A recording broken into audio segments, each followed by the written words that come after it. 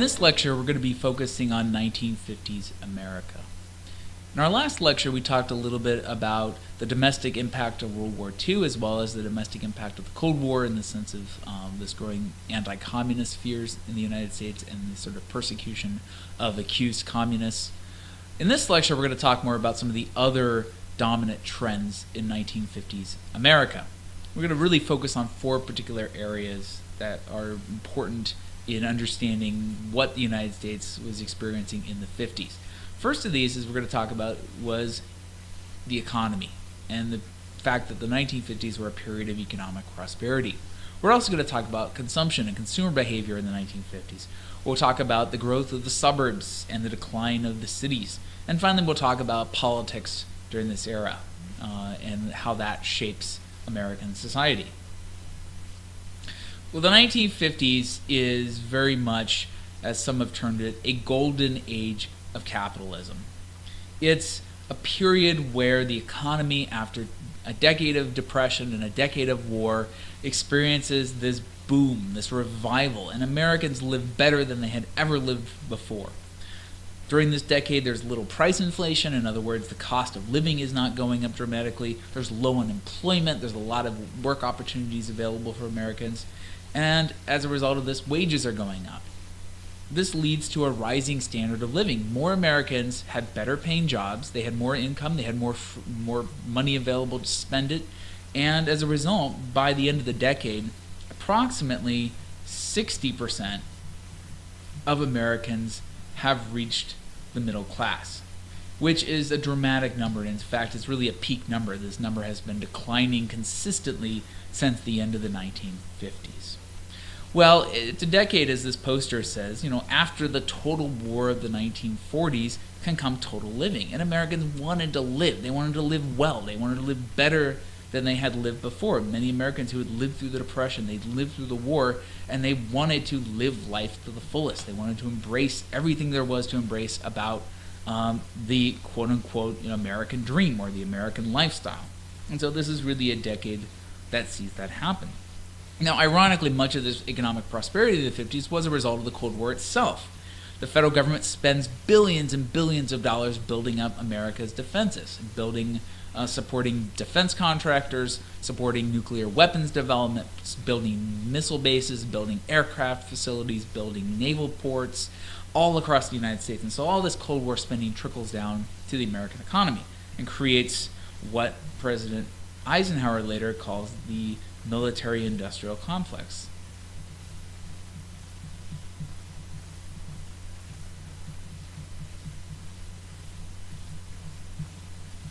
We'll talk a little more about that later. But definitely Americans are very prosperous during this decade. It's a decade where many people have good jobs, they're getting good pay.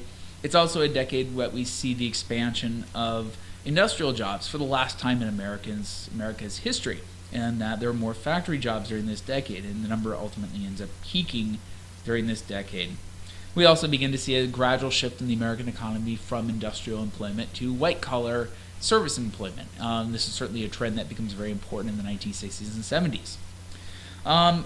Lastly, it's a decade in which women's roles in the workplace change, become very important. Women, in fact, by the mid-1950s, had exceeded, in terms of the sheer numbers, the number of working women at the end of World War II. In World War II, about 18 million women were working, and then many left the workforce at the end of the war. But by the 1950s, women have returned to the workforce in even greater numbers. Of course, the kinds of work that they were doing was different than World War II, where they were working largely full-time blue-collar jobs.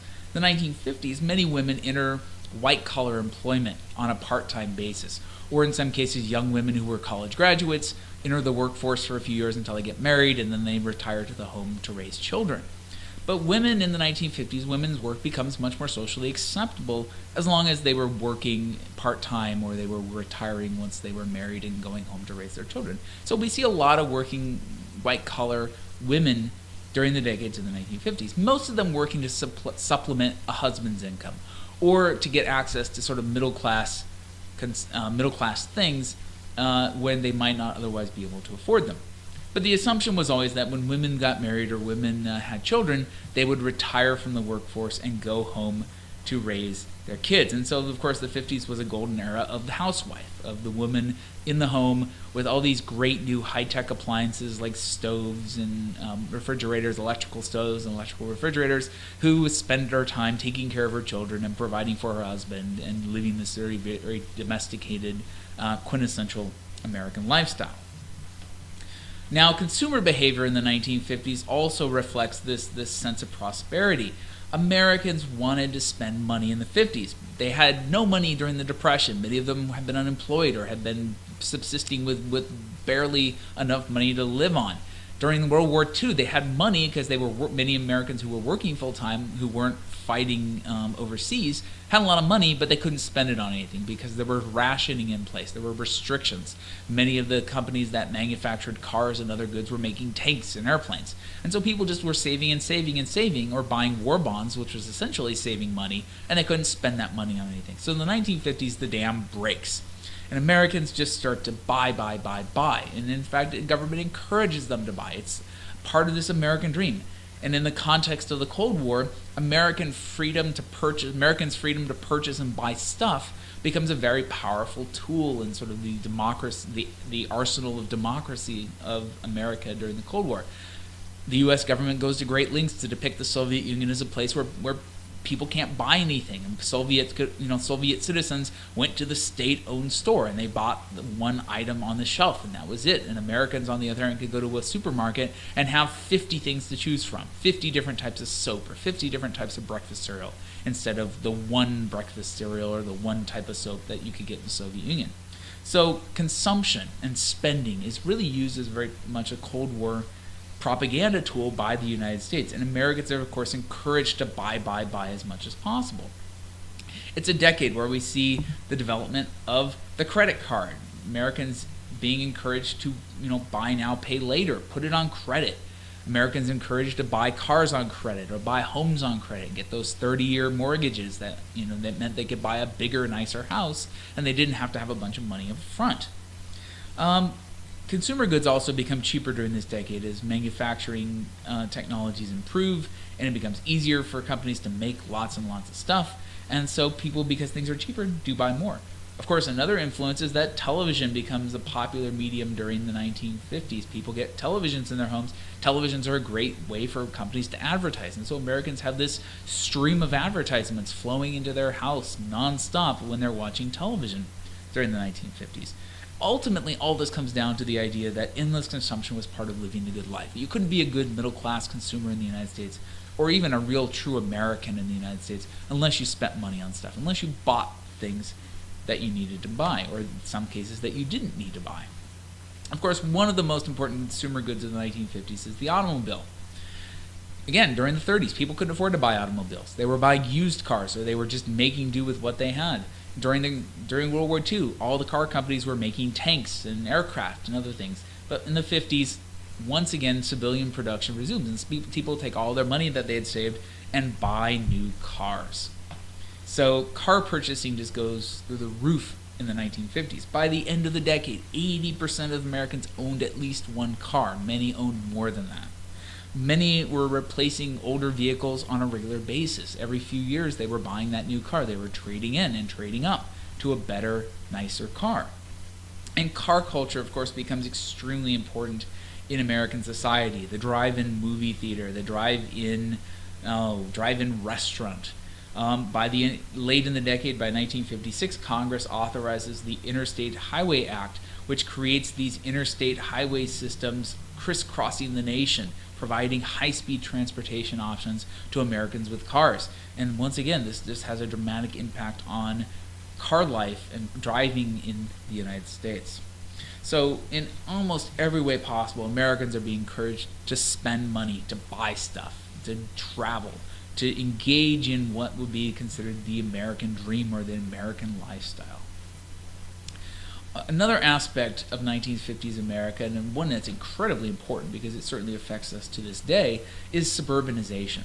Americans in the 1950s flee the cities in record numbers for homes in the suburbs. Suburbs predated 1950s. In fact, we see suburbs as far back as the 1880s and 1890s. Typically, those older suburbs were along streetcar lines or along commuter railroad lines. But in the 1950s, we see a new kind of suburbia, a mass-produced, car-oriented suburbia. A suburbia that was far bigger, far more significant than these earlier kind of streetcar and railroad suburbs of the 1880s and 1890s. And during the 50s, there are a number of reasons why so many people moved to the suburbs. And partly, cities were overcrowded before World War II. And the Depression had led to a lot of people moving in and sharing apartments. Cities were very crowded. People were not enjoying living in the cities, and they wanted to move somewhere else. And during the Depression, they didn't have the money to do that. During World War II, the money was tied up in other things. But once the war ends, they have an opportunity to move out. Real estate developers recognize this. A real estate developer by the name of William Levitt, who of course gives his name to the so-called Levittown, there's a couple, Levittown, New York, Levittown, Pennsylvania, works with banks and insurance companies to get the funding and builds these massive, almost essentially industrial scale suburbs. Here's just a little piece of one of these Levittown suburbs, and they were take this and expand it 5 or 6 times to see the true scope of Levittown suburbia. Well, people like Levitt decide to build houses on an industrial scale, as I mentioned, and they use a lot of techniques that have been pioneered for mass production of consumer goods to build houses. Houses are no longer these craft constructions that require 7 or 8 months to build. People could use these new techniques, new building techniques, and turn out houses on a weekly basis. Homes can be turned out literally as if they were on an assembly line. William Levitt decides to build a community in Long Island, just outside New York City, and buys essentially empty potato fields. And in a matter of 5 years, he's built 17,000 homes. And the population expands from 0, basically, to about 50,000 residents. And Levitt replicates this success elsewhere across the country, in Philadelphia, outside Washington, D.C., and so forth. So during the 1950s, the suburb as a concept becomes viable because, again, industrial scale production of houses, automobiles, everybody is owning automobiles, at least white middle class people are able to buy automobiles, and so it becomes possible to live outside the city and at the same time still have access to traditional jobs in the in the inner city. Suburbanization, as I just mentioned, it's based on the automobile. New highways, new roads are built to link the suburbs with the cities. Many of these suburbs have very little access to older, more traditional transportation systems like streetcars, buses, and trains. Many of the old cities, in fact, start getting rid of these older public transit systems because people weren't using them. People much preferred automobiles over streetcars. And so those who were poor, especially minorities and poor whites, who continued to live in the inner cities, suddenly lose access to a lot of their ability to move around because cities just get rid of their streetcar systems, or they start cutting back on bus service. What this white flight, as it's termed, does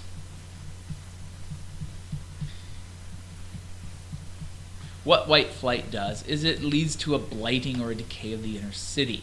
Because as white middle class and upper class people flee the city, minorities and those who are poor are left behind. And as a result, it makes it harder for the inner cities to kind of keep up with the countryside. Now, there are a number of reasons why poor minorities are left behind. One is simply a financial reason, that poor minorities couldn't afford cars. They often couldn't afford the houses that were being constructed in places like Levittown, New York, or Levittown, Pennsylvania. Another factor, though, is there was rampant discrimination in housing. Federal agencies that guaranteed mortgage loans, backed mortgage loans, wouldn't give loans to minorities. They were seen as being credit risks. White developers like William Levitt would not sell houses to African American or other minorities. Literally was written into the housing contracts that they wouldn't sell to minorities. There was also a great deal of pressure placed on residents in these suburbs not to sell their houses if they had to sell their house to a minority, because that would lead to a decline in the housing value, and their neighbors would get mad at them. So there's an incredible amount of pressure placed on white middle class residents to live in the suburbs and to keep those suburbs lily white, to exclude minorities wherever possible. And this is reflected in housing statistics in the United States well into the 1980s and 1990s. As late as 1990, 90% of suburban whites lived in communities that had non-white populations of less than 1%. In other words, most suburban residents, 90% of whites living in the suburbs, are living in lily white suburbs with no minorities, African American, Hispanic, and otherwise. And this creates a dramatic shift in the population in the United States. And as I said a moment ago, has very negative consequences for American cities. Neighborhoods just begin to fall apart. Neighborhoods, houses are bulldozed and end up being vacant lots. Here we have St. Louis, which I think in some ways is the poster child for urban decline. That as whites flee the cities, tax base declines. Poor minorities can't afford to pay high taxes. And as a result, cities start slashing basic services like police, fire, trash, etc. So houses catch on fire and they burn down, and nobody wants to replace them. Neighborhoods get more dangerous because there are fewer police on the street, and people, if they can flee, they move out. Well, as a result of this flight of white people, white middle class people, and the decline of many of these minority urban environments, cities begin to try to do something about it, and they do so by creating housing developments. Public housing, or projects as they're commonly known, become very common in many cities that have large poor minority populations. Well, these early housing developments are not pleasant places. They're extremely institutional. Every one of them looks identical. All these buildings are identical, and they probably on the inside look identical as well. Many of them were not well maintained, and they start falling apart very quickly. And as a result, they become dirty, dangerous, unpleasant places to live for those who are there. They also perpetuate this cycle of poverty because you had to be poor to live in one of these developments. It would be one thing if middle-class people were allowed to live in these developments, but only poor people were allowed to live there. And so as a result, people are surrounded by poverty, and it perpetuates the cycle. There's no easy ability to escape. One of the other consequences of this sort of urban renewal and this development of projects and other things like that is it just destroys what had once been vibrant neighborhoods. Here in the case of St. Louis, where you have in the sense this large Pruitt-Igoe, which is one of the most notorious housing developments built, constructed in the midst of what had once been a very vibrant neighborhood, and everything is bulldozed, and you get these horribly ugly modernist high-rise housing projects built here instead, and it just really devastates these neighborhoods. Other cities replace vibrant neighborhoods with things like highways or commercial buildings, government buildings, sports facilities, and ultimately for residents who are too poor to get out, they're condemned to horrible, horrible living and housing conditions. And this just creates a disaster that perpetuates throughout the 1960s and 70s in America, in major American cities. Well, the fourth and final area to talk about is politics in the 1950s. 1950s is an era that we call an era of political consensus. It's an era, or decade, in which extremism is not welcomed, except for, of course, anti-communist extremism, as we talked about in the last lecture. The idea that Americans engage in politics is important, but politics is a politics of the center. It's not good to be extreme right-wing or extreme left-wing during this era. Certainly, the election of President Dwight David Eisenhower to office in 1952 is part of this kind of race for the middle, because Eisenhower is hardly a polarizing figure. He's grandfatherly. People think of him as a nice guy. He doesn't have strong political opinions. In fact, he's conservative, but pretty middle-of-the-road conservative. But he's elected in a pretty broad landslide. His one position that is pretty strong is that he's anti-communist, which of course is okay. It's good to be anti-communist during this decade. He comes into office promising to end the Korean War that the United States had been involved in for 2 years, and a lot of Americans have been killed. He also promises to keep America strong, to ensure that America has dominance in nuclear weapons and can defend itself against the Soviet Union and communism abroad. And so Eisenhower was elected as a very moderate Republican who embraces a lot of democratic things, such as New Deal institutions like Social Security. He says Social Security is okay, and it helps make Social Security acceptable to both conservatives and to liberals in the United States. He's very pro-business, but also fiscally conservative, and doesn't feel that the United States will be spending huge amounts of money on big government projects as much as possible. But at the same time, as I said, he's not a polarizing figure. When it comes to nuclear weapons, though, he's very much concerned, and his advisors are as well, with ensuring that the United States remains strong, including a strategy that's referred to as MAD, which stands for Mutually Assured Destruction. And the idea was that the U.S. was going to build so many nuclear weapons that if the Soviet Union ever attacked the U.S., it couldn't possibly hope to destroy them all. And in return, the U.S. would use all of its remaining nuclear weapons to wipe out the Soviet Union. The idea being that the Soviet Union, as this is a strategy of deterrence, the Soviet Union would be deterred from attacking because it could never survive. And so he's a firm believer in this strategy of MAD, this strategy of massive retaliation. That said that if the Soviet Union or one of its kind of proxy states ever attack the U.S. in any way, the U.S. will respond with a massive nuclear assault. In other words, don't attack us and we will wipe you off the face of the earth. Of course, this is very scary stuff. This is not a strategy that most Americans feel very comfortable with. And it leads to a lot of concerns about nuclear war during this decade. But for the most part, it's an idea that it's supposed to be ensuring peace, ensuring international stability because everybody's afraid to go to war. Now, Eisenhower's also had a strong sense of the other parts, expanding U.S. Influence and domination to other parts of the world. In 1957, he issues what becomes known as the Eisenhower Doctrine. It says the U.S. will defend the Middle East against communism and against Arab nationalism. We'll do whatever it can to keep the Middle East essentially a colonial possession of other nations, to keep the Middle East from becoming dominated by Arab nationals.